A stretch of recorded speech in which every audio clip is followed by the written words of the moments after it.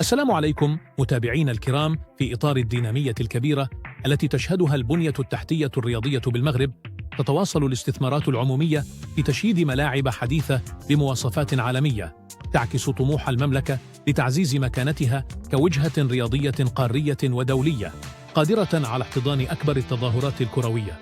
المغرب يستعد لبناء 4 ملاعب جديدة موزعة على عدد من المدن بسعات محترمة وتجهيزات عصرية تحترم المعايير المعتمدة من طرف الاتحادين الإفريقي والدولي لكرة القدم.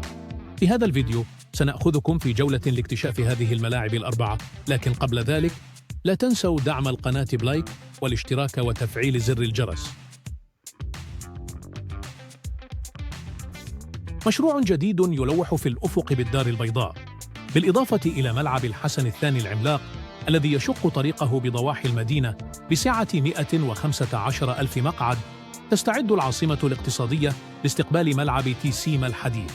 تم الإعلان رسمياً عن المكتب الفائز بتصميم المشروع، وهو نفس المهندس الذي أبدع ملعب مولاي الحسن بالرباط، مما يبشر بتصميم فريد يجمع بين الجمال والابتكار.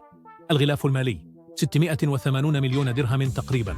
المساحة 7 هكتارات. الطاقة الاستيعابية 20 ألف متفرج. ملعب مغطى بالكامل، تجهيزات تقنية متطورة ومعايير سلامة قصوى. ملعب يستعد لاستضافة المباريات في مختلف الظروف مع مرافق عصرية تخدم الأندية والجماهير. عاصمة الفوسفات خريبكة تستعد لاستقبال حدث رياضي ضخم. ملعب جديد يليق بتاريخ نادي أولمبيك خريبكة، أحد أقدم الأندية في المغرب، تأسس 1923.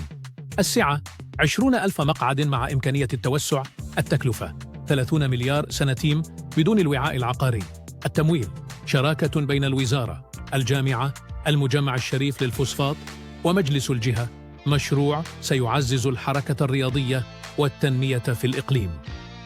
جنوب المملكة وبمدينة الداخلة دخل مشروع الملعب الكبير مرحلة التنفيذ الفعلي ليكون من أبرز الأوراش الرياضية بالأقاليم الجنوبية. الميزانية 231 مليون درهم. المساحة حوالي 50 هكتاراً. الطاقة الاستيعابية 15 ألف متفرج. منصة مغطاة لكبار الشخصيات والصحافة 5000 مقعد.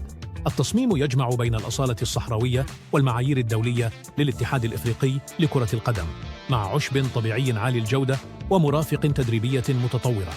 ومن المنتظر انتهاء الأشغال نهاية 2027 ليصبح الملعب ركيزة للتنمية السوسيو اقتصادية بالجهة. في إطار تعزيز البنية التحتية الرياضية بشمال شرق المملكة، تم الإعلان عن فتح طلب عروض يهم إنجاز الدراسات المعمارية لمشروع تشييد ملعب جديد لكرة القدم بمدينة الناظور.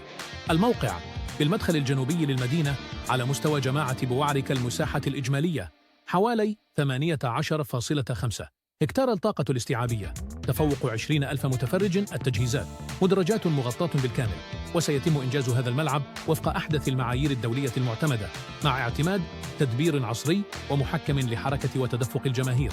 فصل تام بين مسارات الجمهور، اللاعبين، الطواقم الإعلامية وكبار الشخصيات. فضاءات واسعة لركن السيارات، ممرات خاصة مخصصة لخدمات الطوارئ. كما يولي المشروع أهمية كبرى لمبادئ الاستدامة والنجاعة الطاقية من خلال الاعتماد على مصادر الطاقة المتجددة واستعمال مواد بناء محلية. الغلاف المالي التقديري للمشروع 358 مليون درهم